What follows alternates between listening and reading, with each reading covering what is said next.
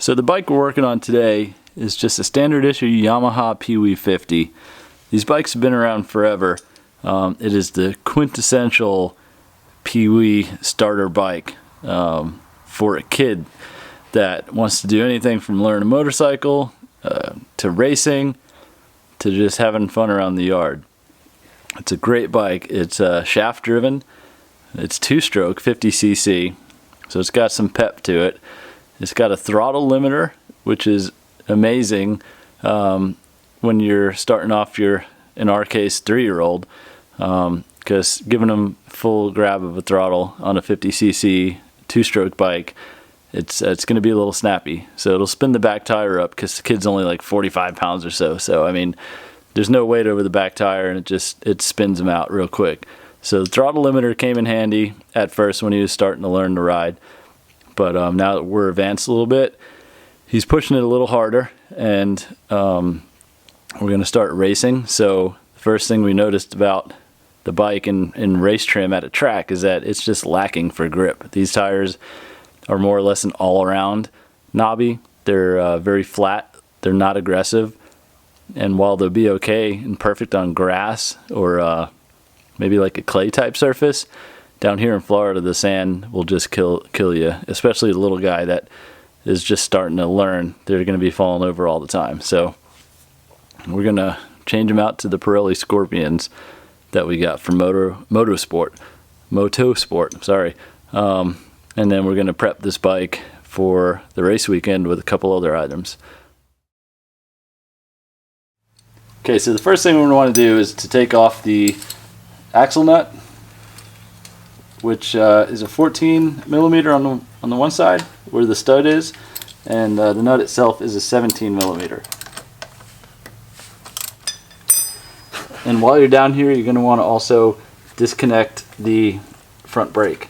So you just slacken up this adjusting nut until you can get it all the way off, and it's as simple as pulling the cable out. Then slide the axle nut out.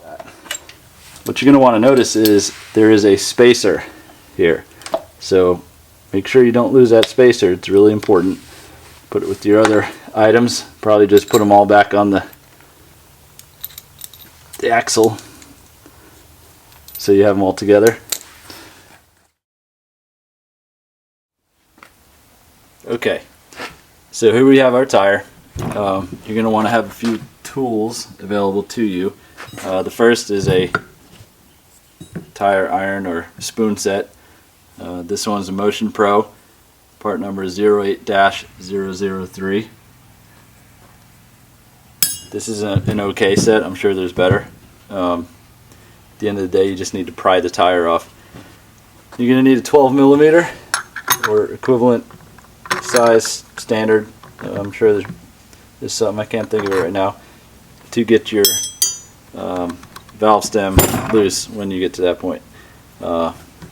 First thing I'm going to do is use this air valve stem removal tool to take out the core of the valve stem.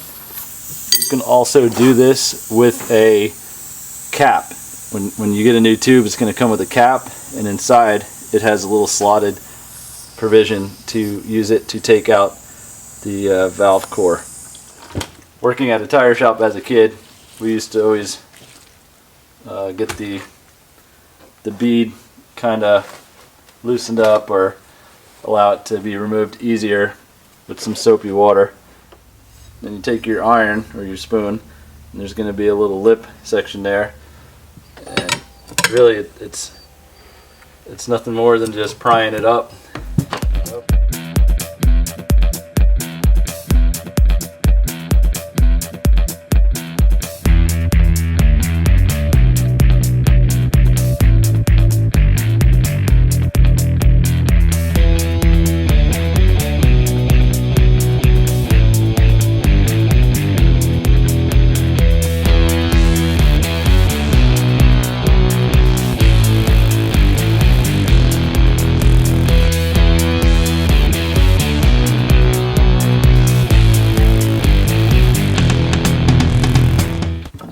quickest thing is to probably just sneak the tube out.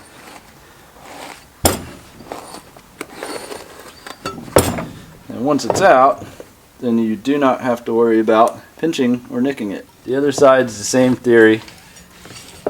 You just keep working the tire over the lip.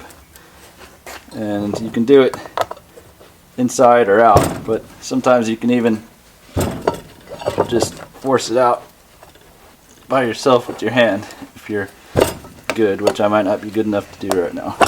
Yep, look at that. Got it. So at this point, I want to check the tube to see if I've pinched it before I put it all back together. So we're going to find our valve core, valve stem core. We're going to put that back in. Doesn't need to be tight. You're going to have to take it out again. Just kind of put it in there. Fill it up a little bit.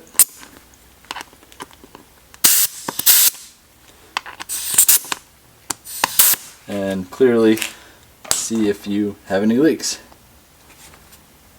If you don't hear them, you probably don't, but you can dip it into some water or take a rag that's wet and just kind of put water around the whole tube to see if anything's leaking slowly. If not, you're good. I'm going to take out my stem core again so I can get this tube deflated as much as possible. You could also sit there and poke this little pin down if you want, but to me it's just easier to unscrew the core.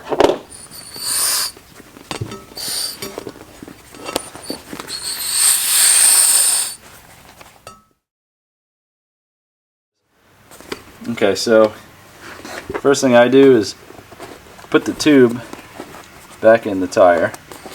It's always going to be a little bit smaller than the diameter of your tire. That's just the way it is. And if you have the air out of it, it should cooperate with you. Some tires are going to have a little dot on them. And I believe, at least with car tires, that's where it's going to indicate where your valve stem should go. I believe this is more of like a balancing thing. I could be wrong. So, correct me in the comments if you know the real reason for that. But on a Pee-wee tire, I really don't think it matters.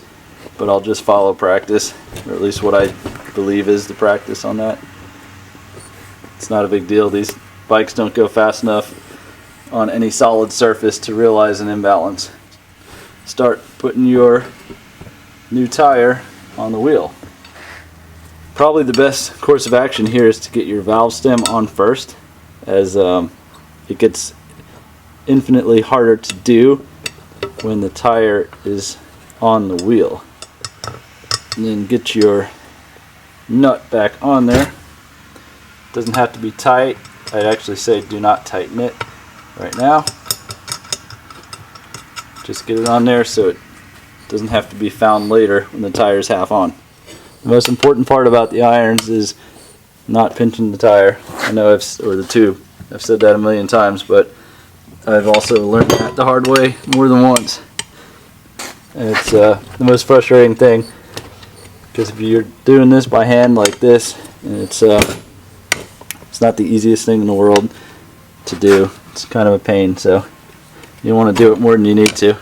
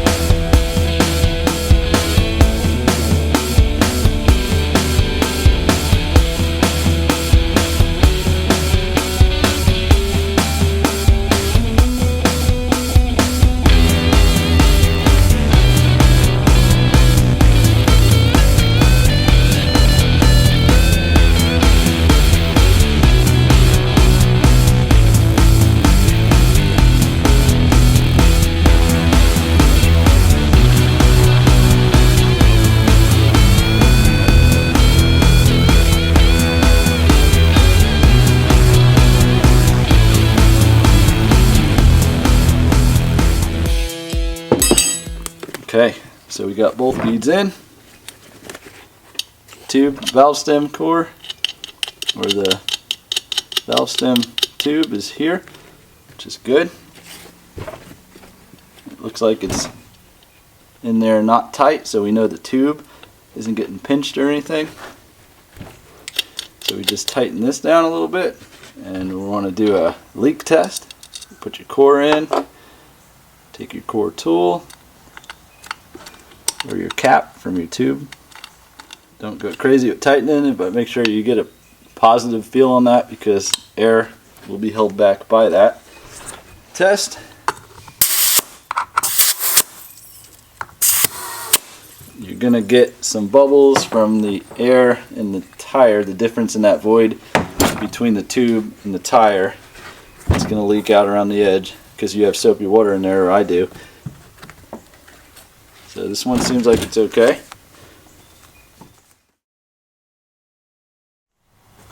Okay, so we're going to go ahead and put the front wheel and tire back on the bike. First thing I'm going to do is take the drum and I'm going to put it back on the hub of the wheel. And there's a locating divot right here, and this is going to go into the shock. There's a pin, so just be mindful to have that lined up. And the only thing to really remember here is to use your spacer on the other side. Put it back in. And I always start one piece at a time, so I start the shock and then I'll bring the wheel up. Axle goes through one side, through the middle, through the other side. Got a washer, got a nut,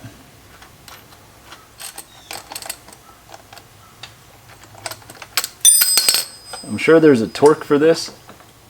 Clearly you don't want it to have slack and be loose, so I tend to try to torque them until I feel the wheel start getting some resistance. And sometimes it won't, because you have the spacer and the shock and the hub all pressing on the bearing and not the actual rotating surface. So for this, just get it pretty tight. And the last step is to connect your front brake cable, so then your spring, then you have your lock pin, slide pin goes through the actual caliper bracket. This is also the time in which you are going to adjust your front brake. So this is a rider specific thing,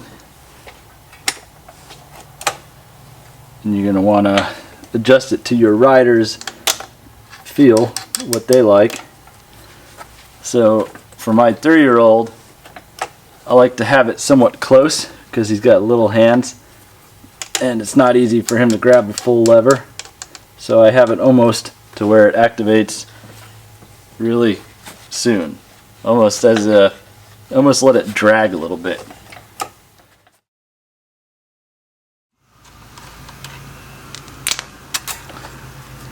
From here, this is where you slide your cable out through the slot, and make sure you have a tool kit with sockets. I'm pretty sure it's just going to be 10 millimeter, 12 millimeter, 17, and maybe a 14.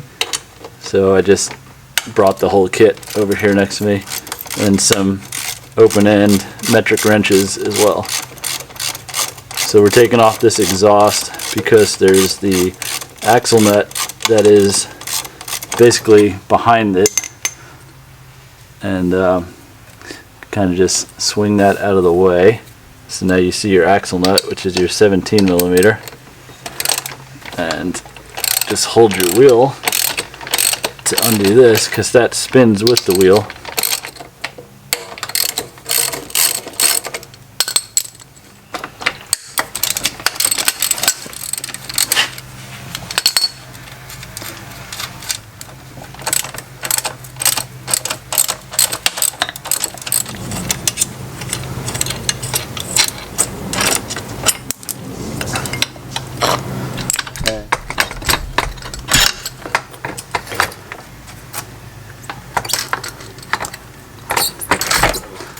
moving the shock up and moving the swing arm out to the side by removing the 3 12mm nuts up front allowed us to sneak the wheel off the shaft drive. So definitely take the provision out over here, which is the other bearing, the other side of the axle housing. So the screw is in there really good. It's not going to be easy to get out, so what I'll probably just do is pry the little holder back a little bit so I can create some more room for myself. So as you can see now, we got way more room to work with, so this will be easy to put the wheel back on. Okay, with finding that little area back there to be able to slide those swing arm mount bolts out of place, this should be a piece of cake to get the wheel back on. So of course you put it on the hub side first, and there's a spline, so you really can't get this wrong. So I'm poking a screwdriver through the back side to try to get that mount through the swing arm, and it's all just aligning 3 things up, so it's a bit of a pain. And there you're going to get the washers and then the 12mm shoulder nuts. And since that bolt is keyed, you don't have to worry about holding the other side of it. And I do believe this spacer goes on first. Then you have your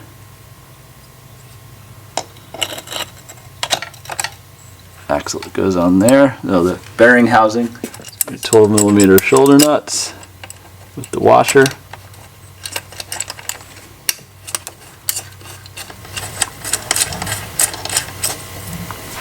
And you used your 12mm long shank bolt for that. Swap the 17mm on your ratchet. There is nothing to spin on the other side, so you can kind of just hold your wheel. We'll swap back to our 12mm. I'll tighten up the shock first, and then I'll go to the front of the swing arm, tighten up the 2 nuts that attach the front of the swing arm to the motor case. Nothing threaded into the aluminum, so you can crank on those pretty good. And we'll swing the exhaust back over. Now,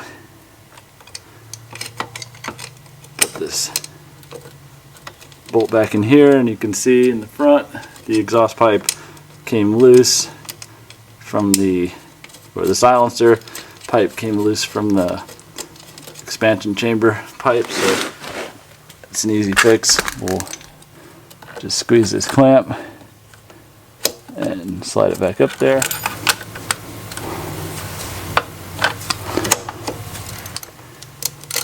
And we'll tighten up our exhaust mount, just a 10mm.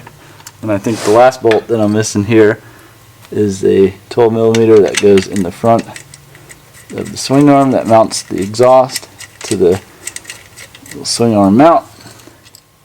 Don't need crazy torque on that, it's just an exhaust mount. And unless I'm missing something, looks like we are there. And the last part of the equation is going to be your rear brake line and spring and adjustment mechanism. Get through there, and I'll probably just attach my adjustment nut on here while it's there for me. Just get it on there loose, and then I can put my cable through the guide, but after I get the spring in the right spot. There we go. Spring will slide into the little housing there. It's got a little provision for it. And from there, just adjust your brake. It looks like I'm going to have to hold the cable underneath. Try to get this to where I need it to be. It will turn if you get your socket on there, so that's going to be an easier thing to do. So it looks like that's going to work for me. It's going to work for him. And with that, I think our tire change is complete. Okay, so our tire swap is complete. So I brought it outside to get some better lighting for you. And like I explained before, we went with the Pirelli Scorpions, and the stock sizes for these bikes at 2.50 by 10. So you have a 10-inch wheel, and the 2.50 is the ratio in diameter. So what I did was upgrade to the 2.75 10 in the back. It's a little bit thicker of a tire. It's kind of hard to tell just by the quick glance, but if you get an expanded view, you can kind of see where it's just got some more beef to it. And these little bikes, you wouldn't think they need too much grip, but they really do, especially when they have a 40-45 pound kit on them. They just don't have enough weight to push down into the dirt. So I wanted something really aggressive. I went with these Pirellis partly because they were on sale, partly because they had some good feedback, but we'll see how they work out. I'm excited that the tire actually fit. We had a problem with our JR50 going to the 2.75 that we're going to have to figure out, but this bike was just a complete bolt-on swap, no problems at all, no fitment issues. So we're pretty happy with them so far. They look good. We'll see how they work. We got our first race weekend next weekend, and I think it's like a clay type sandy surface, so they should show us how they perform there. But we also have our backyard track, which is a hard pack, sandy top layer sort of surface. So we'll try them out here, of course, see how they do, and we'll let you know, maybe in the comments or maybe in a follow-up video, a ride video. So I hope you learned something, because I definitely learned something. A little bit easier of a way to take off Pee-wee wheels, especially in the back, and looking forward to trying these out. Thanks.